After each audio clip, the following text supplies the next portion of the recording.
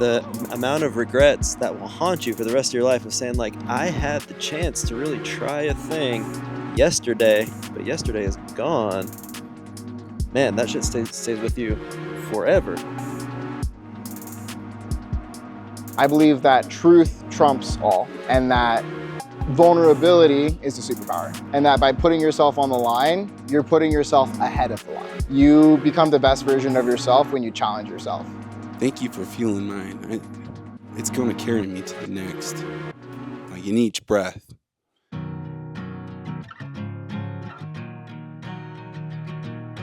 I'm gonna just pass around this microphone and rip some questions, and the first one that I want to hear someone answer is, what's a non-creative experience, travel, family, hardship, or joy, that shaped your art? And if you want to maybe raise your hand if anyone wants to share, and then we'll just pass it around and go through. Yeah, like share, like maybe introduce yourself, say what your medium is. Hi, for those of you that haven't met me yet, my name is Melissa. I am a tattoo artist. In my realm, I go by Angel. That's just my last name. And I found the pandemic to be the source of a lot of like where I just broke through and knew that I wanted to do art as my job. Because at the time I was working at the state hospital, and I was a psych tech down there. And for those of you who don't know, it's just basically like a CNA of sorts, where we're just kind of helping people out with their daily activities. And I worked with the girls' youth unit down there, and I did a lot of activities with them. Also, when the pandemic hit, they were cut off from their family. They couldn't have many more home visits. So their family couldn't even come to visit themselves. It was really hard on them. They were already in such a hard mental place, because for you to be a kid going over to the state hospital, that means that you have gone through the system at least 3 or 4 times, and this is like your end of the rope. You're either getting better here, or you're going to be an adult and age out, or you're going to be an adult on the adult units. It just kind of depends on how bad things are. When the pandemic hit, everything ramped up. When you coop so many people like that together, just fighting and arguing and a lot of chaos. And so I'm like, okay, we're done. And then I decided to just start teaching them meditation. I started teaching them dances. I started to have art group activities with them, and kind of learn myself. I was young. I think I was 19 when this happened, 19, 20.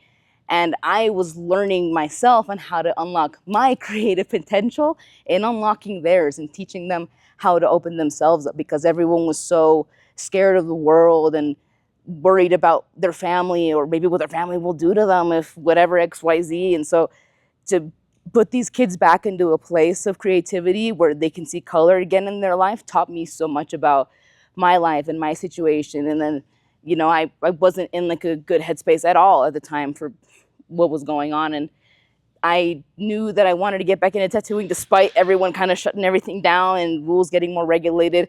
I kept drawing, and that was another thing that taught the girls to be creative as well, just watching me draw.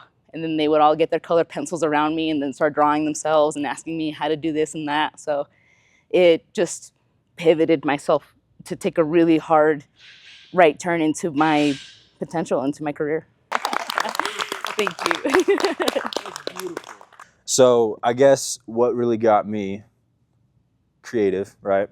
I'm not going to drag y'all down trauma lane, right? But I'm adopted, brought a lot of abandonment issues in my family, right? Always the black sheep, even in high school, too black for white people, too white for black people.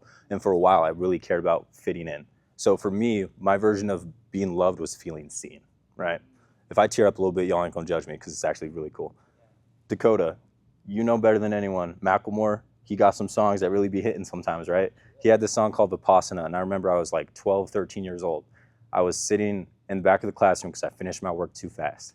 And he said something along the lines of, I stare into this paper instead of sitting at a cubicle, take all this ugly shit inside and try to make it beautiful. Take the cement from rock bottom and make it musical, so people can relate to where I've been, where I'm going, what I've seen, what I've heard from the guts. Fuck the glory. I'm just a person on my porch putting it all into recording. Many were in my past, many came before me. I just keep walking my path because I feel blessed to share my story.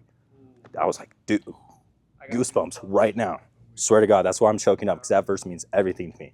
And in that moment, I felt so seen because all I wanted to do was share all my experience with everyone around me. I felt like I never could. And then that was that moment I was like, I can still share my stuff if no one's listening. And from that moment, I was like, dude, I want to learn how to rap. I want to be able to like spread messages and positivity like that. But first, I got to learn how to rhyme words. At the beginning, it was literally just rhyming words, and it sucked so bad. I wish you guys could hear my first stuff. It was trash. And then after a little bit, I was like, okay, now these sentences are starting to make a little bit of sense. There's a theme going on. I got something going here. Then I wrote my first song, and then I like made my first beat. And I kept doing all these things I thought I couldn't do. And every single time I thought I was stuck in a box, music just made me break out of it again and again and again and again and again. And it's like, dude, someday I'm gonna drop a song that some kid's gonna be listening to by himself that's gonna make him feel seen. And I'll be successful. That's all I care about. All right, my name is Sage, for those that don't know me, which is everyone here. I might be the oldest dude here. I'm 43. Anyone here beat me? No, not even close. Okay. So I've been doing trying to make a living doing art for, I don't know, 23, 24 years now. And I can tell you this, you mentioned when you're scared or what is it that's how do you push past that boundary? I can tell you definitively that there is nothing scarier on this planet than what if. You think I kind of want to do this thing. I don't know. I want to try this new art style or I want to try this new business venture. I want to try something. And you ask yourself, well, okay, what's it going to cost? And the question to you is, what does it cost you to not do it or not try it? Because literally you can never get yesterday back. And I can just tell you that the number of times where I have capitulated and I have said, okay, I'm going to sort of just do this thing because it makes money. It's not really my passion, but it will pay the bills. Or I'm going to go work and do this other thing that has nothing to do with art because, again, it's going to pay the bills. Yeah. That's important. It's important, obviously, to, survive in this capitalistic hellscape that we live in. But look, the amount of regrets that will haunt you for the rest of your life of saying, I had the chance to really try a thing yesterday, but yesterday is gone. Man, that shit stays with you forever. And the amount of fulfillment that you get when you said, I tried that thing, it didn't work out. It doesn't matter. I fully believe there's no such thing as failure in art. When you create a thing, you put something into the universe that did not exist before that moment. No one else will be able to recreate and do that thing. You've literally changed the atomic structure of the world around you. When you sing and rap, you're putting wavelengths out into the universe that are now traveling forever. Energy cannot be created nor destroyed. So you reshaped air into verses and rhymes. And by the way, that new Animals track from Jid and Eminem's so fucking insane. Anyway, I'm just here to tell you, it's look, you will never ever feel like a failure when you try stuff, because the more you try, the more you find out who you are. And there's nothing more valuable than that. And I spent way too much of my life thinking I was somebody that I was not. And when I finally woke up and when I finally said no more and it's time to actually do that thing that's been pent up inside of me forever, man, it was like releasing some sort of demon. It was releasing so much pain. It was releasing so much grief. And now suddenly when it's out there, you don't got to hold it in here anymore. That's the cost. When you choose not to do that thing, you're keeping something inside you that for whatever reason was knocking on your door and saying, I need out. And every time you don't do that, it's almost like swallowing a sickness. It's you're keeping something inside you that needs to be out, So it's like holding back a sneeze. Don't do it. That's not satisfying. Let it out. Let it out. And I'm just here to tell you, it's just hey, truly, however scary the thing feels like it is to do, 10 times scarier to not do it and be 5 years later past it, looking back and be that was my chance and I just kind of didn't because I was scared. And what was I scared of? Because somebody was going to judge you, right? You actually cared what somebody else was going to say, or it was going to make your mom sad. That one goes through my head a lot. Moms get sad, they're disappointed in us. It happens, but so you might as well just do the thing, because the people who need, and this is the final thing I'll say, I know I'm bogarting the mic, but you just do not know who needs that thing that's inside of you. You need that thing that's inside of you. So at least one person. But there's somebody else out there, and I've seen it too many times with this thing where I'm like, I don't even know why I'm doing it, but I'm doing it. And somebody needed it, man. Somebody needed it. You know, it's that cosmic frequency. Why does music resonate of all the possible permutations of sound, words, you know, like harmony, lyrics? Why does one person's art ever connect so much that it gets stuck in your head, that a verse could have like shaped your life? Think about how cosmically improbable that shit is, right? Yeah. All the possible ways you could put together sound, and somehow somebody out there created something that like resonated in your heart. That shit's crazy. That's magic. That's true magic. And the fact that you get to do that too, whatever it is, if it's film, if it's verse, if it's, you know, art, if it's finger painting, if it's you screaming into the void, whatever you need to do to get out of here and get it out there, somebody's listening, somebody's watching. I promise you, magic happens. And that's all. That's all I got to say. That's fire. Let's go. Thank you, bro. So for me, it's been two main things. Number one, my friend who, back in high school, I met this guy named Spencer Wilson. Super cool dude. He was at the UVU film program. You know Spencer? Yeah. And he mentored me. He taught me just about everything I know about filmmaking and everything. And then, at the time, it was just a hobby. I loved it. And then he passed away in 2021 in a tragic car accident. And I remember when he was in the hospital, because he was there for like a month or something. He was on tubes and everything. And I remember telling everyone I knew, like, if he passes away, I'm not going to let that dream that he had die with him. I'm going to continue that. And I want to do for others what he did for me and help others learn and grow with this craft.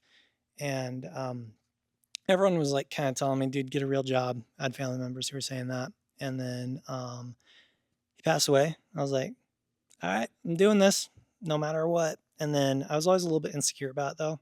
And then I met who is now my wife, and she just made me feel so much more comfortable with myself. Like I could really open up and pursue this thing. And ever since, it's just been an incredible journey. Some of the biggest lessons he taught me weren't always filmmaking related. They're mostly about relationships and stuff. He was either dating or engaged at the time, I can't remember, but his wife now, like her name is Dixie, or was when they were married. And he just taught me so much about relationships, so much about leadership on set, things like that. The non-creative stuff stuck with me a lot more because when I was on set, I learned about sound design, I learned about all these different things. And eventually I went on to do a lot of color grading work and stuff like that. But the biggest lessons that he taught me were about relationships, networking, and leadership and stuff like that. And it's just, his dad was a business owner. And so he kind of taught me the value of making sure that other people had what they needed to be successful. And that's what I've been striving to do ever since, is try to like bring that forward and help other people. That's incredible. Thank you. Thank you, bro. For me, I guess it's weird, but my art is very much driven by spite. Because, so, long story short, I have this rare medical condition called congenital adrenal hyperplasia. I don't make adrenaline or cortisol. I have no fight or flight response. I shouldn't have lived past like 2 weeks of being born. I had like 10 medical emergencies before I was diagnosed. And so I just should not be here. And I just think that everybody, like what you were saying, like nothing is impossible if you don't try for it. And that's kind of my life motto. And I think that everybody has a story that deserves to be told. And especially with like, I don't know, things with stigmas, like representation matters. You need to see people that you can relate to doing things that you want to do. And if I can, change the life of like anyone with a rare health condition, that's kind of my goal. I'm doing a really cool project right now, not to like self-plug, but it's a feature film called Overlooked, and I'm partnering with a couple pharma companies.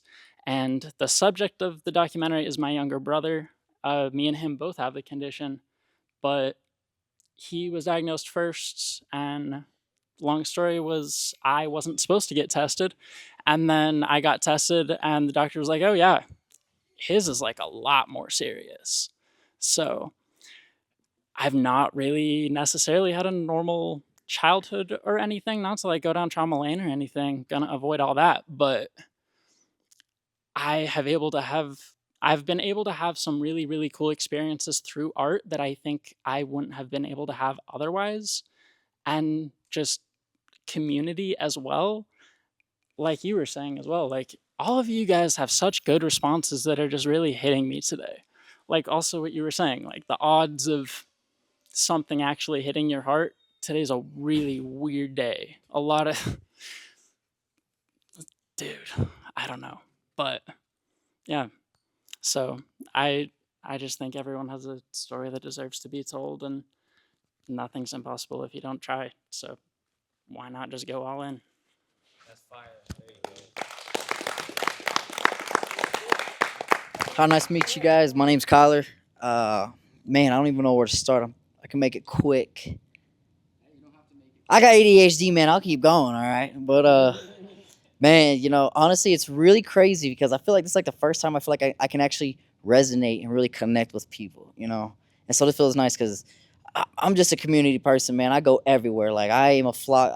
When I say everywhere, I go everywhere. Like, no matter what background, like, I just love life. And that's something that I never really used to cherish as much, you know? But as crazy as it sounds, you know, like, you can tell me good job, you can tell me congratulations that you believe in me, and that doesn't mean shit to me. Like, it really doesn't. You have to tell me, no, you can't. No, you won't, and I don't believe in you, because growing up, that's how I was raised. It was talk down, not talk to. It was, hey, don't be like this, be like this. Don't be like so-and-so, be like so. Fuck you. Be this. You know, I could never be me. So growing up, I didn't know who I was. No matter where I went, no matter what school I went to multiple high schools. I moved from Texas, you know, 4'10" Mickey Mouse. Oh, hey guys, you know, like everybody made fun of me because everything's bigger in Texas, and here I am, this little kid. And you know, it's just like no matter where I went, I just didn't fit in. And everybody's like, you're not gonna be shit, you're not gonna do anything. And growing up, I did have a goal to join the military, but I didn't really care to. I just had a problem with authority figures. And then I took a brain injury from my father, and I was in a hospital, you know, seizures, feeding tubes. It was a real dark time. But I met somebody who changed my life, and his name was Logan Neal, and he was my best friend. And we went through group and therapy, and we both made a goal to join the military. Well, Logan sadly passed away before that goal could come true. And doctors told me that I would never be able to join the military. I was having literally 8 to 12 seizures a day. I had a feeding tube. I mean, it was everything, man. I was skinny, like it was bad. But I wanted to live for him, and I wanted the world to know who he was. And he just changed my life and impacted me in a way to where I could believe in myself. And I joined the military. And even though I graduated and joined, I sit on that field by myself, no friends, no family, no girlfriend, nobody. And I had a FaceTime. Everybody's like, oh, you did it? Oh, shit. And so growing up, I always felt like my life has been like the Lorax, like real shit. Like, remember the Lorax whenever he goes out and his family's like, oh, whatever, you're stupid, you're crazy. And then he throws it and everything gets on the girl's head. And he's like, Mom, I'm rich. And they're like, oh my God, we've always believed in you. We knew you could do it. We're so proud of you. And the next thing you know, at the end, he loses it all. And they go, we knew you were going to fail. And that's been my whole life. You know, I myself make music, and I'm an independent artist. And I'm humbled, but I'm very grateful, because how I got into this, believe it or not, was music and barbering. I hated barbering. I didn't like it, but I'm a creative, and I learned a tool. And being an independent artist, I don't have millions of dollars yet to create alternative high schools and programs, or a facility like this for children with disciplinary issues. And, you know, so they have a safe place that they can escape for what's ever going on at home. Because you know what? I grew up in a family where we take a picture and we look perfect for Facebook, but you don't know what's going on behind the scenes, you know? And so it's like I'm trying to be the change that I want to see and be who I need the most in my darkest times for other. But growing up, it was you can't do this, you can't do that. Well, when I come out 2020 after the military, you know, being medically discharged, I'm like, you know what? I'm finally going to go all in with my music, and I'm going to be a rapper. And everybody's like, oh, shit, Malibu's Most Wanted. Here we go. Like, no. But now, on this journey, and I'm very humble and grateful for the opportunities, but I've got to do some phenomenal things that I would have never imagined. And the craziest part is this is now my full-time job, because back in May, I had an opportunity and I went on tour with Afro Man, And when I went on tour, my job actually let me go because I kept missing work to go to golf courses, to go to events and documentaries. And I used all my vacation, and they're like, okay, you got to go all in. And so this has been my bread and butter and ADHD. But I'll never forget one of my old coworkers. All right. When we were sitting in there before I quit this job, I was making $30 an hour. I was working 3 days a week because I went to my bosses and I was like, yo, I'm an artist. I need time to focus on music. I'm tired of working 6 to 6 Monday through Friday. They worked with me to where I worked from 4 to 6 Monday through Wednesday and had Thursday through Sunday to do my music. All these things were happening, and I just had all these opportunities, and I got a chance to go on tour and do some stuff. And I've never recorded music, but I performed for some guys, and they're like, dude, you're phenomenal. The world needs to hear your music. And I was telling my coworker, and he looked at me and said, listen, man, you got to wake up. Because I'm talking about celebrities. Like, I'm like, oh, Oprah and like all these celebrities, they talk about like, oh, Joey Diaz and everybody there. Oh, I was sleeping in my car. I was going through all these things. Life was hard, but I pushed through. And he's like, you need to wake up to reality and understand something. Those are the 1%ers and you're not them. Do you understand that? You need to wake up to reality. And it struck me, and I just looked at him. I'm like, look, man, you see that wall all the way over there? And we'll say that back wall. I'm like, from here to there, it's pitch darkness. But I have faith that I can jump from here and I can make it over there. And he's like, you're crazy. Well, now, fast forward, I've opened up for some of the biggest artists in the music industries. This filming stuff has taken off for me. I've been able to be in like the Utah parade to do my music. I've been on the news. I've been on radio stations. I've traveled with my music. And like, I've been able to capture these moments with this camera. And as crazy as this sounds, it all started with this phone right here. I went out, bought this phone, and everybody's like, you can't do it. You're crazy. You're stupid. You're dumb. Why would you try to do that? But I'm like, come on, man. Y'all just adding fuel to the, you added fire to the flame, like fuel to the flame. You know what I'm talking about? But it's like, you're giving me what I need, because just because you tell me I can't, I'm going to show you that I can and that you can't produce the same results. I will not let you throw your failed attempts and your insecurities onto me and tell me what I can and cannot do with my life. You are not in operating my vehicle. I am driving it. And then today I made a video and I'm hesitant on, do I want to post it? But in the video, I say, and this is true, we can all agree, we go so hard and we accept validation and acceptance from a world that crucified a perfect man. And that's something that I'm trying to realize, like, man, fuck what everybody says. At the end of the day, they're going to watch. But there's a lot of people that support you along the way, but it's so easy to focus on the negative. It's so easy to focus on the bad thing. You can stub your toe and, damn, my toe hurts, but your whole body's intact, but you're still okay. Nothing else is wrong.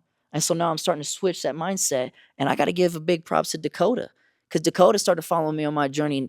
Man, I would message him. I could go to ChatGPT or whatever, but I would just ask him questions, and he'd be like, hey, man, here you go. And it was so weird because I'm like, he doesn't even know me. And all these other photographers and videographers that I know that have been doing this for a while, they're not helping me. They're like, now figure it out. And Dakota's just like, yeah, man, this is how you do it. Hey, do this. Hey, let me send you this. And I'm like, yo, somebody is helping me. And on this journey, there's a lot of like-minded creatives and people that you meet. But for me, like, this whole journey is me believing in myself. And it's been hard. There's times where I still struggle with it. Like, can I do this? But as messed up as it sounds, it's just I need those people to tell me that I can't do it so I can show them, be like, all right, I did it. What can you do with it?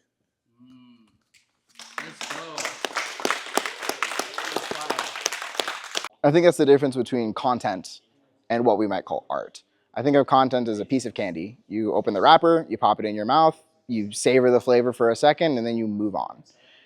Where art can represent a hearty meal, and there's meals I've had that I can't stop talking about weeks after I've had it, and there's films, there's photos, there's videos, there's even memes, just ideas that can stick with you and impact you throughout your entire life. And that has a ripple effect because you carry that forward to the people that you teach. I'm curious, like, if anybody has any thoughts on the top of their mind right now that they think is relevant to share. Oh, I do. Let's go. Oh. There you go, brother. First of all, Dakota, what did I walk into? Do you guys feel that right now? Like, this is awesome. I haven't been in a setting or set like this for some time. And I've been hungry. And this feels good, what you guys are doing right now. Holy shit. This is what I live for. Thank you for reminding me of this. I have something I want to share with you guys. I wish I had it memorized. I don't have that skill yet. But I was told the food of the gods is beauty. You worship God in and through the ways you create beauty, share beauty, and how you regard beauty. Refer that to all ways, in all things, and truth begins to speak for itself, no matter the expression. But how will we choose to listen? In what ways will we choose to remember? And will that be beautiful for even an eternity to want to remember? May you find peace in the art of you, and may it be the most beautiful offering. Yes. Thank you. Like, serious, thank you for being you. Every one of you guys. I'm in a room with strangers and like also surrounded by familiarity. You guys feel that fire, don't you? I think we all feel it tonight, right? Thank you for feeling mine. It's going to carry me to the next. Like in each breath. I know you guys are breathing for what you create. And tonight I was reminded of that. So thank you. Because the truth is I've been stifling. I've been hiding.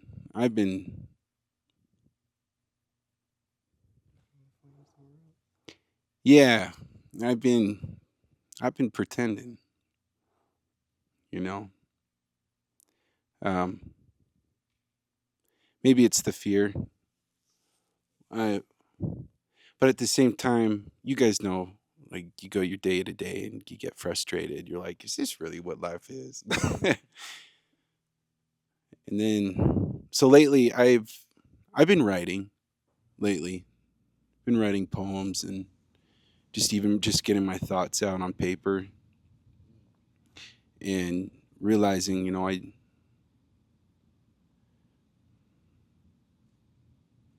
I have a voice, but like,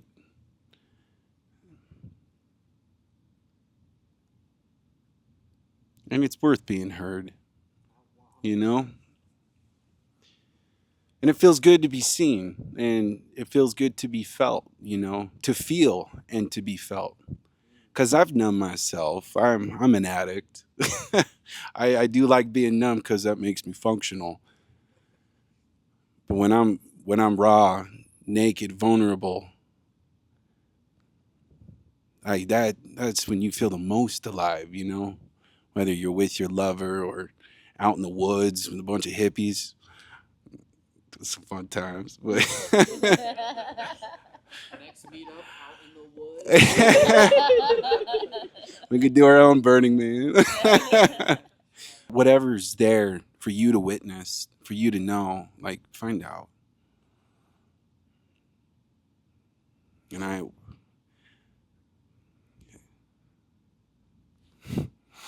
so you won't be the only one grateful for you taking that chance. And you know that. I feel really grateful in this moment. I am really happy to be surrounded by so many. There's a few of you I'm meeting for the first time today, and I'm so grateful to meet you and to get to know your energy and your experience. There's also a lot of people here that I've had really deep relationships with for many, many years across all sorts of different walks of life. I've had people that I've been a mentor to. I've had people that have mentored me. I've had people I've known since high school, and I have the love of my life sitting right next to me. So I feel, first off, just very grateful to be in a space that's just resonant with just beautiful energy, and especially energy that has personal history to me. It's really good to see some of you here. And I really appreciate what you said about your journey, Mike, because in the infancy of my creative path, I really looked up to you and to your journey. I saw your path and I kind of considered it somewhat of a blueprint. And I was like, Mike is doing Temple Mill and he's doing all these clients and he's running his own company and he has people that are coming to him to solve the problems that they have. And he has the solutions. And that works because early in his career, Mike worked with someone that gave him clout. he received a bucket of clout based on the difficult work that he did. But he worked with someone whose reputation was higher than his own, and that afforded him a certain amount of respect right out the gate. And so I was like, oh, that's it. If I can just work with a big name, if I can get someone that is like really, really big and really, really well known, and I can do work with that person, I can walk away from that experience with a little bit of just like baseline respect. And maybe that was because I was looking for baseline respect for myself. Maybe there's some self-esteem stuff kind of boiled in on there. But generally speaking, I saw Mike's journey and Mike's mission and Mike's path as a creative as a little bit of a blueprint. And, you know, I was living with Tristan at the time, and we had some friends that were in a band, and they wanted to do a music video. And my brother was working for a YouTuber named Tanner Fox at the time. And I went down to Temecula and hung out with him for a little bit. And Tanner Fox is like scooter videos and like fast cars, and pretty well-known YouTuber. And I got to like hang out in his house and like sit in his car and like just have my brother talk to me about what this life he's been experiencing was like, being a full-time filmmaker and filming and editing for a large YouTube channel. And he basically told me, is like, if this is a life you're interested in leading, I will make sure you always have the success that you need. I'll do everything in my power to bring you what you need to continue on your path if this is the path you want to walk. I was like, well, shit. That sounds right. And so, you know, during that time, I had my brother teach me some of the basics of a camera, and I shot a shitty little music video on the rooftop of our apartment complex with some of our friends. It was shitty to me. They loved it. And then, yeah. And then someone saw that and thought it wasn't shitty and asked me to shoot a music video for them. I was like, yeah, I can rent the camera from the school library another time, sure. Like, totally just like oblivious to the path I was starting down. But, you know, one job well done creates another. And so before I knew it, another person was asking me for a music video. I was doing aviation in college at the time, and I was like, you know, like planes are really cool, but I don't really want to be a flying bus driver. That's like the same thing every single day. I need variety in my life. I need to like spice it up. And I think I might actually have a little bit of skill with this camera thing. And so I changed my major to digital cinema. And while that happened, like, yeah, so I took a couple semesters, started getting into it, working on other projects, doing my thing. I ended up taking a job with a guy that had a YouTube channel flipping houses. And so I'd drive up to Salt Lake in whatever random house we were out at the day and film kind of reality TV style videos. And then I'd edit them at night and upload them. And so I was getting my own taste of what it's like managing a YouTube channel from A to Z, from conception all the way to posting. And I was really kind of starting to get the hang of it, and I was really enjoying it. And it's around this time that like Squid Game came out, if you guys remember that whole big craze. And basically behind the scenes, I mentioned my brother was working with Tanner Fox kind of at the start of my journey. Through that time, he ended up transitioning to the Mr. Beast team and was leading a camera team there for a while. He moved on to other things, but when the Squid Game project came up, they were reaching out to everyone they knew. They're like, we need camera operators, and we need them now because we're going to shoot this thing tomorrow. And he had something he had going on, but I was like a sophomore in college and filming and editing every day, and like my skills were just barely getting good enough that I could probably hang. And so he put me in for a recommendation. And so like a month later, I flew out to shoot a video for Mr. Beast, which is still the most viewed video on their channel. Yeah. And so it was just a total paradigm shift. Just, oh, I'm in the big leagues now. This is crazy. Yeah, I got the bucket of clout. And, you know, throughout my time, I did maybe like 10 or 15 different videos with them over the years while I was wrapping up college. This is sick. I wish we had more time, like, because time is flying by, and this is a cool vibe in here. Like, I appreciate everyone being vulnerable and having the courage to share their truths, and for coming through tonight. I'd say the one thing that I would say to a younger version of myself or a younger creator out there is to don't deprive your personal work, because client projects are going to pull you away, and you got to make your money, so you got to do them. But like, if I would have just gone all in on my personal brand in 2016, I wouldn't even have to do client work if I had my own platform. And now in my career, I'm like more on like 80% focus on my personal content, maybe 20% client work to like get some money. But I'm mostly focused on like, and throughout my journey of making my videos has been fine tuning of like finding my voice of like, what do I want my YouTube channel to be or my personal brand to be? Because it would be just like travel videos or vlogs or like random videos for so long. And, you know, now I've been just like honing in on like, you know, I love talking about music and I want to do more videos talking about the artists that inspire me. And I've been trying to hone in on that. And since I did, like, my videos have been resonating more and doing better. And it's like something that I'm like, I'm not doing it because I think this is going to get a ton of views or this is going to change my life or it's going to make me a ton of money. But it's just like, I like this story. I'm going to put my stamp on it and my perspective and share it and hopefully like attract people that share those genuine interests, because that's where the true connection is going to come from. Like, I resonate so deeply with what you were saying about like not having the courage to be yourself and like feeling afraid of putting myself out. And sometimes it takes like a smack in the face from life to like be like, yo, this is important. You know, like I had got to a point in my career where literally I just did not share that I did music at all. And it would be a surprise to people. And I'm like, this has been a lifelong thing for me. Like, I love music, but I just don't talk about it publicly. And I want to start to talk about it more because it feels true to me and true to my story and true to what I want to do. Like, I like by no means have like a big audience, but I've had like friends' little brothers reach out to me and be like, dude, your music helped me through some hard times.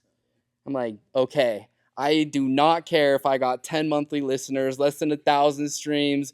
Doesn't matter because James likes it. Or my own little brothers like will tell me that they're inspired. Like, yeah. Because you just can't please everybody. Like, it's impossible and it's like a trap. And I'm always falling in that trap.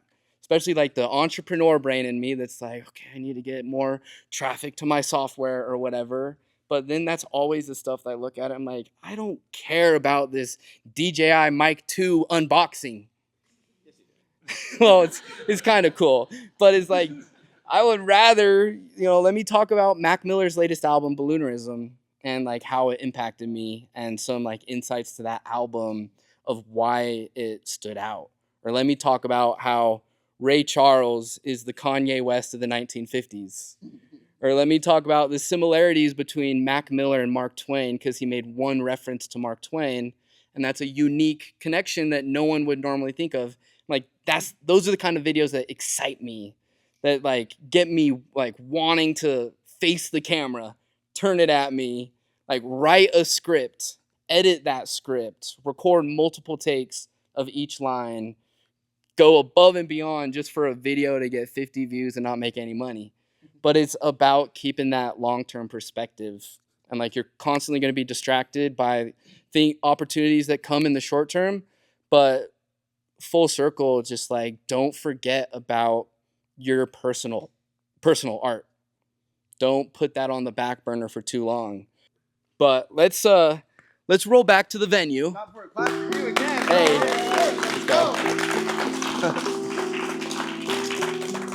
Thanks for coming, bro. Thanks, Mike. This is awesome. Yeah, dude, it's been sick. Bailey, you're a beast, bro. So glad you came. Yeah, thanks, bro. You just do not know who needs that thing that's inside of you. You need that thing that's inside of you, so at least one person. But there's somebody else out there, and I've seen it too many times with this thing where I'm like, I don't even know why I'm doing it, but I'm doing it, and somebody needed it, man. Somebody needed it. You know, it's that cosmic frequency. Why does music resonate? Of all the possible permutations of sound, words, you know, like harmony, lyrics, why does one person's art ever connect so much that it gets stuck in your head, that a verse could have like shaped your life? Think about how cosmically improbable that shit is, right?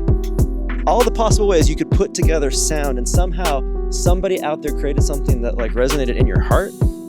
that shit's crazy. That's magic. That's true magic. And the fact that you get to do that too, whatever it is, if it's film, if it's verse, if it's, art, if it's finger painting, if it's you screaming into the void, whatever you need to do to get out of here and get it out there, somebody's listening, somebody's watching. I promise you, magic happens.